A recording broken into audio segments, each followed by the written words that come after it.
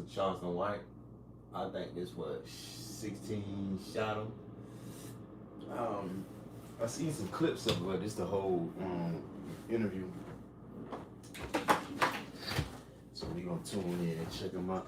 I know we about to get him, but hopefully I see Charleston White soon, man. Yeah. All together, I think. Oh, I don't think so. We did. Is that there? I think so. Cause after the first one, you had Yeah. I tried to put you in jail. Yeah. Yeah, I don't even think you need no introduction. Normally I'll be doing introductions. You know what's the word? Let people. Yeah, I'm gonna try not to cook, so it won't make it hard to try out with the monetization. Yeah, but at this point, I think I'm a household name. Even in the jungles of Sudan. Yeah, for sure. Yeah. So speaking of putting people in jail, like, have you actually ever done that before? Yes. Yeah? Yes. Who? Quick Filipino.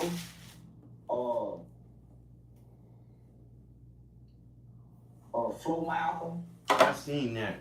I remember when Quick Flick Vino was like, you can't come to Atlanta, you banned.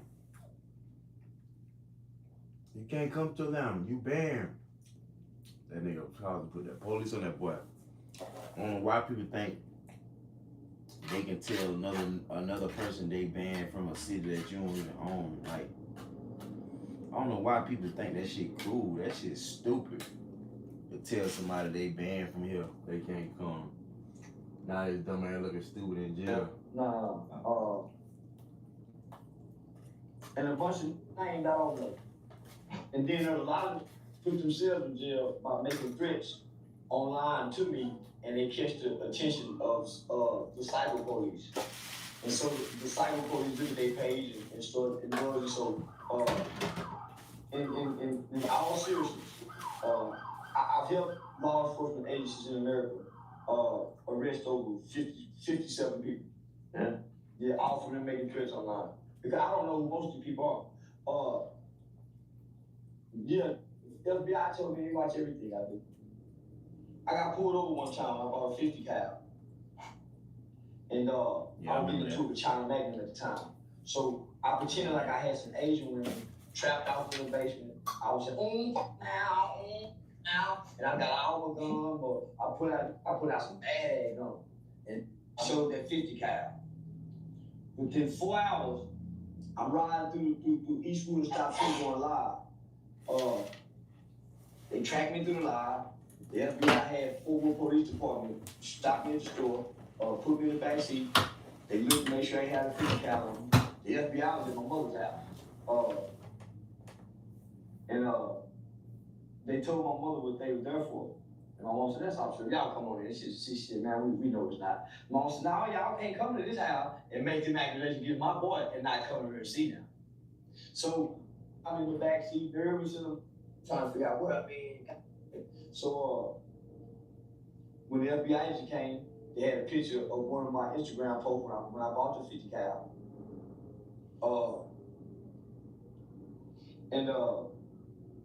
This man Charles, what's going on? I said, man, I've been, man, I go to the gun range. He said, exact word. We said, yeah, we know. We watch everything.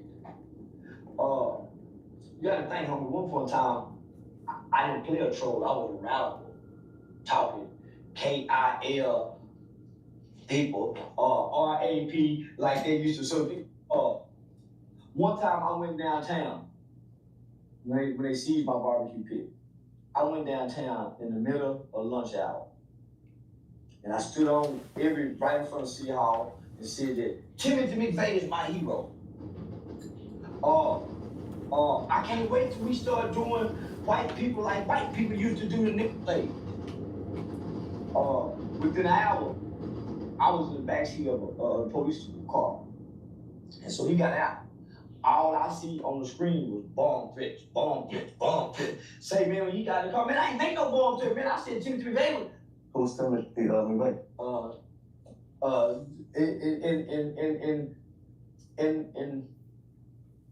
For Google AdSense, I just asked y'all to Google it so you can get his monetization. I won't even respond to you. But the name alone, yeah. I got the contest clues. Yeah.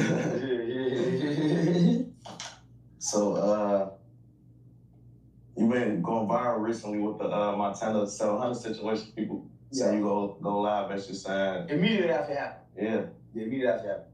So what was the situation? Because I feel like some people still think like they got what you're saying. When have I ever been caught lying?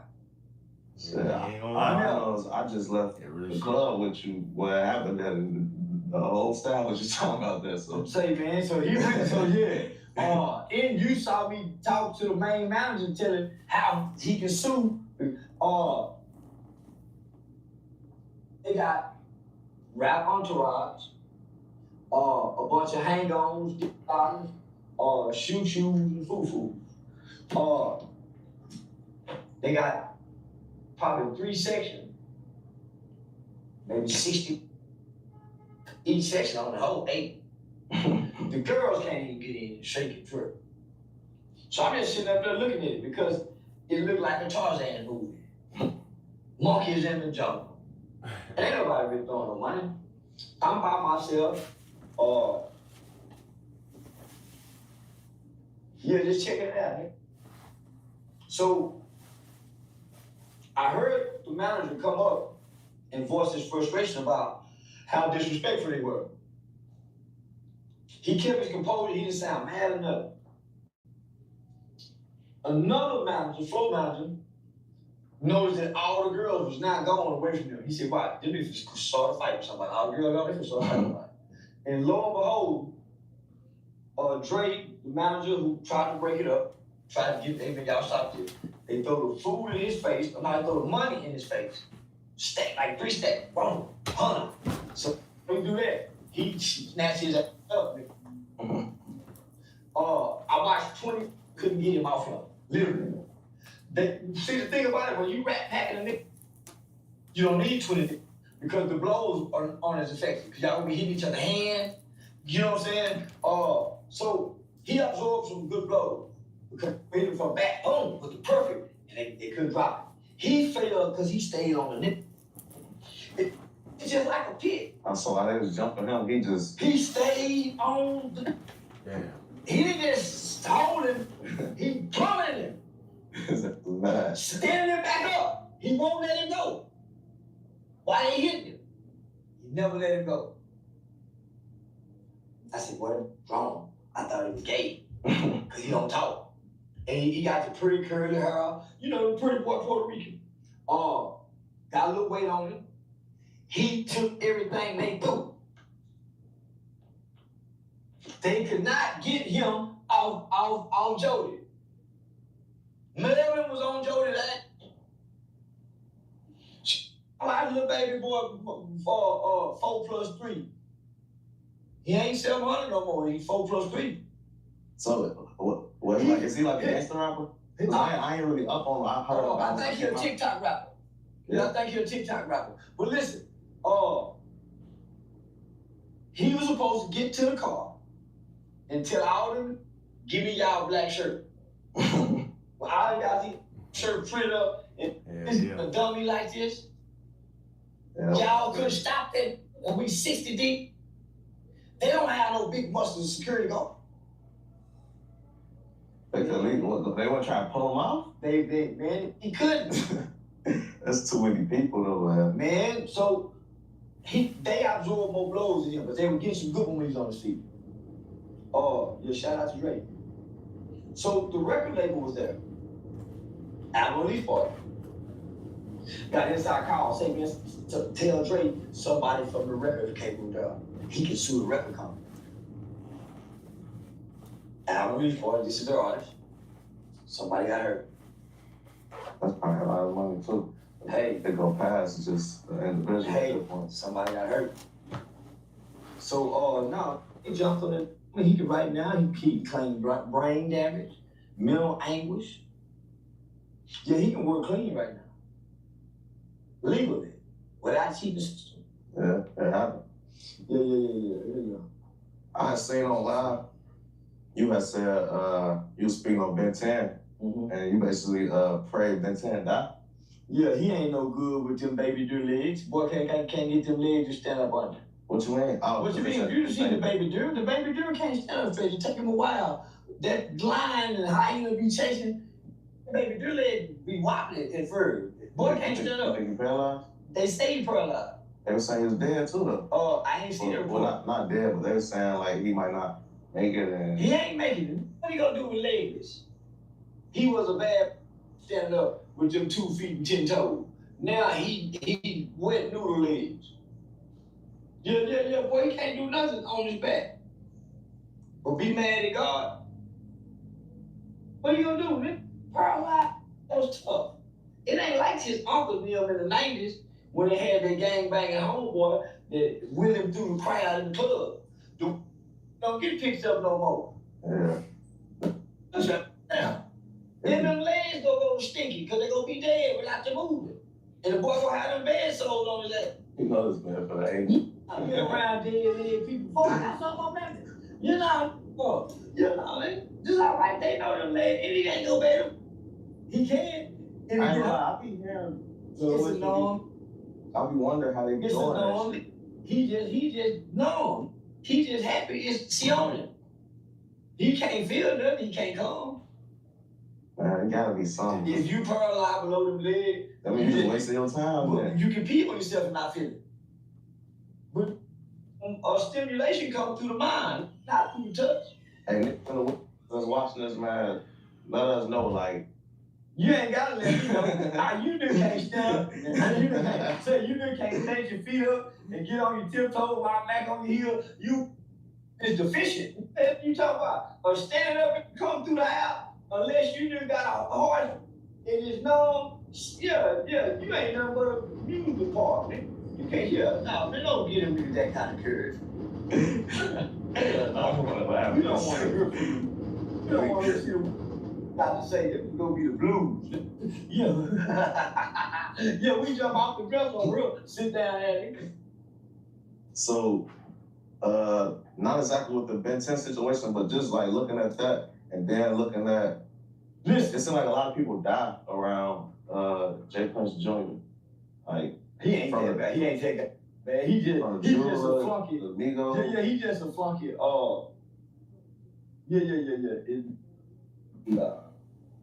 Cause he reckless and he careless like a little boy. He sent the hit. So this is what I like. I don't know nothing about the shot the. I like the fact that after he shot the, he went and made a rap video incriminating himself. He hurried up and made it. He was taunting everybody.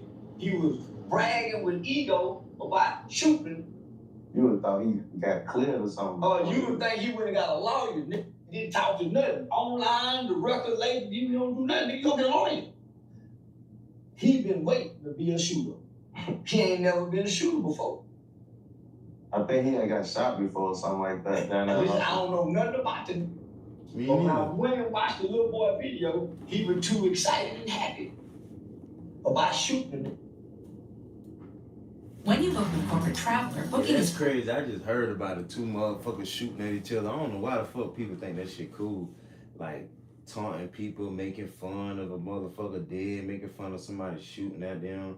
Like they, I just shot this guy. That shit ain't cool, bro. Hurting people. We need to stop making the wrong thing cool. Like it's about celebrating that you help somebody, not celebrating that you hurt somebody. That's fucked up. You know what I'm saying? That's fucked up.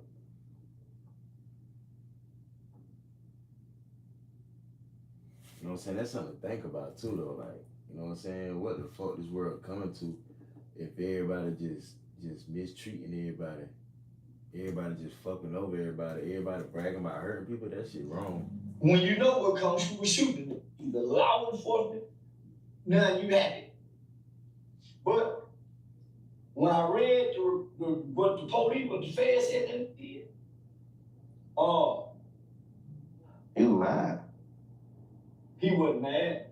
He was embarrassed. Yeah, I say beat him up, knock him out, walk him Listen out. to me. He was embarrassed. See, anger is a smoke screen. Anger is the last destination to hurt, embarrassed, shame, unwanted, unloved, rejected, abandoned. There's other feelings long. Anger is the one that you think don't make you look weak. Cause you don't want to say, man, he hurt my feelings. Man, they embarrassed me. Man, why did they embarrass me? I feel shame when they kicked me in my head and I couldn't get up and I begged them to stop. I feel humiliated. So most people say, I'm mad. No, you was humiliated. You was humiliated so bad, he got your gun and fell out. Took your gun like a real superhero doing the cartoon. Take the bully's gun, fire, wow. Watch the bully go down. Now let's get to him. He get out that was kicking on him. He come from there. I don't care who I'm here. All y'all let this do me. And y'all recorded. Hopefully that was recorded, that was his pinky or thumb got amputated with the bullet. It looked like, I think it was probably like the index. Missing any limb in a half age in life. Look, see, I caught my eye earlier, so I can adjust easy. I don't know, I have one eye. Lose his eye at 40, 30, he gonna be up. Yeah. He ain't gonna be able to adjust. So I'm like a three-legged dog out there playing with the dog with four legs. Yeah, moving a little slower, faster than everybody. So check this out. This world, and I don't condone violence. Yeah, that ain't my thing. But you bother somebody, you bother me. You don't get to dictate my response. I know if you do something to them, they'll shoot up your mama house, knowing your baby mama never the kids, your grandmama sitting on the porch. It's the shadow of honeycomb raising your grandmama now. They don't do that. What's in there? And they know you not there. Yeah, that's crazy. So what I'm saying is, you my mom, my baby mama. That's one of the lowest punches you can hit it with. I don't care if you ain't like her no more. The fact that he over there, pushing down off in there, in and around your boy, got her doing circus tricks on the camera, that's an inner feeling that is killing you if you don't kill him. And the big too. I think discipline his kid or something too. You don't want no like that discipline your kids. Yeah. He gonna beat him. Cause he don't like your daddy. See, Junior is the weakest of all the princes. That's a private school boy. Who gonna pick on Jay Prince's son? He been protected. Ain't no kid, he ain't had no fair fight where he had to fight on his own. He always had a group of, cause it's who his father was. Obama girls don't have to fight. John got his boy now. So he get to play wherever he want to play with the protection of his father. How long you feel like that's gonna last? It ain't lasting in. It's a caught him with some addicts in California, slapped the shit out of him, made him run, kick him in his ass, and give him rabbit ears. It's a caught him and took his chain. No, I'm saying like as far as with his father. Like not on some Forever. but like Forever. Yeah. When your daddy is who he is, and he what that is, his protection lasts to your death. Yeah. The honor and the prestige that his name carried, it carried with the family. That's why your granddad and your grandma and them used to tell you, don't bring no shame to this family's name. Take it back because you ain't, your daddy's name means something. You think King Von's son ain't gonna be protected till he die? You think Nipsey Hussle boy ain't gonna be protected? Do you see how we do celebrity kids? You know, I don't know though, honestly. Like these are not street people. Jay Prince was a street people. They take care of every from Fifth Ward that's in prison. He take care of every in prison every month that's from Fifth Ward, Houston. His kids will be forever protected. Why? Because the world is going to treat you according to who your mother and father is. If your mother and father is a king and a queen, you have royalty. If your mama and daddy was a dope fiend, get what? You get treated how a dope fiend can get, nigga. You get molested at this house. You don't get fed over here because your mama ain't came and got you. But when you say like protected though, I ain't gonna say I see people like just not having no type of protection. Like there's some people die and killed. I don't think they had Jay Prince though, but I feel like I don't think like King Von's son had a protection of Jay Prince. Son. Crazy as hell, boy. Them boys put work in the streets, boy. A lot of people put work in the streets just to have that protection type shit. You know what I'm saying? So that shit is real. If you got a big cousin or a brother or a daddy that was in the streets and they died in the streets and he was putting in pain and everybody respect them, yeah, you would damn people move out the way when you coming through. People buy you shit from the stores. People look out for you. You know what I'm saying? So that is a big thing. You got to So it's like the understand. people that's big like that, it's like, it's Dirk, when King Von's son get up, Dirk haven't been immortalized. King Von been immortalized. He died a well-known killer. Every kid that love him right now today that's still defending will have that same love in their heart when they see that boy. oh yeah. It's no different when you see Dr. King them kid, Malcolm them kid, or Muhammad Ali them kid. You honor the child because you honor the parent. Now, your dad's name can carry you forever, generations, legacies. Yeah, no, it's definitely gonna carry. When I was thinking protection, I'm also be thinking like, You think Alright. Chicago protection? not like a real, like, you know, entourage moving with you, making sure you. No, when you protect it, you don't need the entourage. Have you seen me with entourage? When you protect it, you don't need entourage. It ain't a city or state I can't go in and find refuge. Food. If my car, no. When you what you are, you don't have an entourage. That's what Jesus off. So that's what. Jesus off his entourage. For sure. Now, man, a nigga move with him and his necessities. What's his necessity? Him in a brawl. You and that go out, or y'all meet in the middle. Do you feel like when it comes to like self-defense, do you consider that snitching, or is it just like self-defense? Snitching is criminal. Self-defense is self-defense. But I snitch before self-defense. If you threaten me, I done watched all the first 4 days with 2 Street having a beef. And the police told me, man, if you just came down here and reported, they ain't got to go do 15 years on manslaughter. Mm-hmm. I want the free kill. Yeah, I want the free kill and secretly send my tithe money to his mama's house and she don't know where it come from because it ain't got a name on it. But that's me sending something to his mama. Cause I enjoy killing for with me. Mm-hmm. I don't want to go to sleep and see the face of a nigga I done killed. I still see the white man's face from a boy. Cause I stood over and watched him die. I don't want to kill no, it's a nigga face reoccurring. That'll hunt you. What went through your head like after that, like? It felt good because I was told by the old kill the man. I was born in the 70s and just got their rights to vote in 64. They still mad in 84. I want to tell them show about the man. Get the man. When Golden got the white man on the map. So I couldn't wait to get out of mama's house and hear listen to these niggas talk about how to go down there and pickpocket, how the jewelry right here is fake. You know, don't do it in your village. Robin Hood robbed from the rich and came back to the poor. You come back, you give mama something, you give grandmama something. You and this spirit and go separate ways. Y'all don't hang together getting high. You go feed people. So now I'm doing something honorable.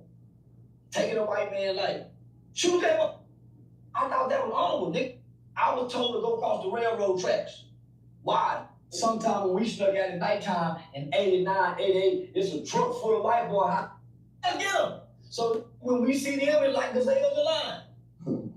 It was automatic. Wasn't no gang banging in. We were fighting Mexicans, we were fighting the Asians. We were representing. Because we had some old that was talking to us. Our mama and them was at work. People laying in the bed, getting up at 12 with some white all-star with no dirt on it, with starch in their jeans, going to go do nothing. With starch So in now, their jeans. I was misguided and misled. My mother wasn't hateful. I heard the resentful black man that was lazy, wouldn't get up and go to work and blame the white man. And then we... So one thing about me, what I say how I grew up, Because I can relate to the old niggas. Let me see. I can relate to the old guys. They weren't telling me to do wrong and shit like that, but I did have uncles that was wilding. Like I had cousins that was wilding. I had uncles that was telling their life story and shit, and they ain't never convinced me to do wrong or do nothing, but they always told me, you know what I'm saying, certain stuff, and I always was around that, and I seen certain stuff, and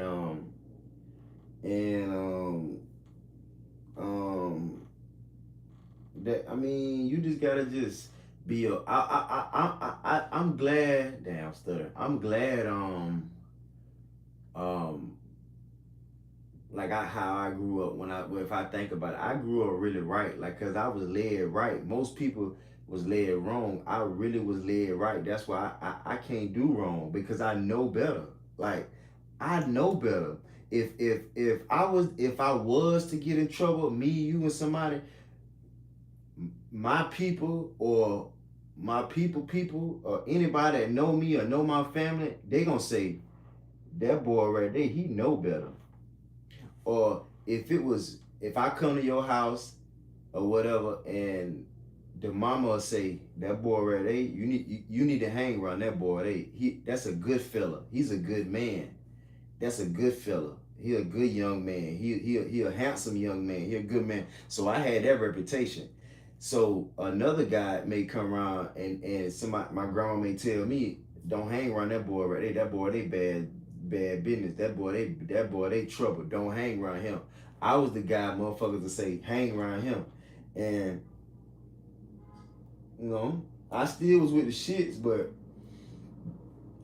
one thing I learned, that when certain people is bad, one reason that they bad is because they got somebody that they can call on if all hell break loose, or if they get into some shit, they can call somebody. Or if they get into some shit, they can call somebody to get their ass out of the shit. I ain't never had nobody that was on my side that I can call. If I go kill 10 people, I can call somebody and say, hey, bro, I just fucked up. They gonna tell me what to do, and they gonna be on my side. A lot of bad people, they got people like that. It might be their mama, it might be their daddy, it might be their family, it might be their grandma. Most of the time, it motherfuckers mama, and sometimes it be people grandma. But one thing I noticed about bad people, they got somebody they can call on. That's why they usually bad as hell. And see, my mama told me, if your ass go out into the streets and get into some trouble, if your ass go out there and get into some, you know what I'm saying, get in trouble, that I ain't put my house up for nobody. That's you. That on you. But some people, they family members told them, if you go out and get in trouble, I'm gonna be on your side, and I'm gonna protect you, and I'm gonna guide you. On television, James Evans blaming the white man. About like George Jefferson, he talked bad to the white man. George Jefferson talked bad to Archie Bunker. They called him a every time you know. Then Archie Bunker called him a nigga. And they were great neighbors. And both of them talked mean to their wife. So I mean, no, I ain't this kind of person. What would you say it started having an effect on you, like a negative effect? It's negative because I'm sitting around men who haven't achieved anything with goals and aspirations. I'm sitting around a nigga that's scamming, hustling, and the woman working. So in the 70s and the 80s, the black man got weak after doing construction. He laying on a woman. She done got food stamps from Section 8. I was new to this. And then dope done came, so we thinking back, thinking they some hell of a nigga not getting up going to work on a white man job because the dope made them feel free. They didn't know selling dope was illegal. So while our mama was at work, we watching some hell. We thought cleaning the hustling, big talking that. But without the woman, he was nothing. Then he got weak and got off on dope. And she became even weaker. So now we mistreating the old. And now mama and them mistreat the nigga we want to look up to. All the kingpin gone. Guess who the weak showed the women how to sell dope. They started fronting the dope to the kids. That's when they took the kingpin. And they put the women in the chick. Hey, he's saying some shit right now. That nigga going too fast. I gotta back up because he's saying some shit. Like, I'm in my 30, 33, and he 47, 48, 49, and it's amazing how that nigga knows so much. And that's why I always listen to old heads, because they know shit that we don't know, and they seen stuff when it first started. Like, I ain't never known this how this shit work, and that shit is true. You know what I'm saying? Like, I'm gonna back up though. That he's saying some shit, bro. That's why I like listening to Charleston White, because you ask the right goddamn questions. That nigga educate you. You just gotta ask the right questions, and he'll just pull from his memory bank and just tell you some education. If you interested in learning, that motherfucker will teach your ass off. He'll teach, boy, and I be wanting to learn, cause that's how I was with my uncles. Like, my older uncles that was 50 years older than me, they always used to be talking and telling and teaching all the time, and I always paid attention to learn. In the streets. So I'm sitting back watching this. I've never been in the streets. And to the white man. George Jefferson talked bad to Archie Bunker. They called him a every time it was out, and Archie Bunker called him a nigga. And they were great neighbors. And both of them talked mean to their wife. So I ain't this kind of person. What would you say it started having an effect on you, like a negative effect? It's negative because I'm sitting around men who haven't achieved anything with goals and aspirations. I'm sitting around and see, one thing about me, when I was sitting around my cousins and uncles, some of my cousins, all my cousins, they worked. Most of them worked and was in the streets. Not like that, you know what I'm saying, but they was hustling a little bit, you know what I'm saying, listening to, you know what I'm saying, that talk or whatever. They was hustling while they was working. And my uncles that was 50 years older than me, one of my uncles, Spook, he had retired. So he already done work and did the right thing, and he done worked for 30 years, damn near 28 years. He told me that. My other uncle, he got his hands cut off, so he was sitting around collecting a check. So he worked, and my other uncle, Uncle David, he worked until he retired. And they sons, or like my other grandma daughter's sons, I think my cousin, them, they was in their 30s or whatever, 30 years older than me. And them niggas ain't work because he was sorry. My other cousin, them niggas ain't work because they in the streets, you know what I'm saying? You know, and they spoiled. They got a good mom and daddy, so they spoiled. But my other cousins, they was working, and then they'll get out of work and sit up on the tree and chill and make plays and shit. But I ain't gonna lie, I seen them niggas went to work. You know what I'm saying? They had a job. Everybody had a job.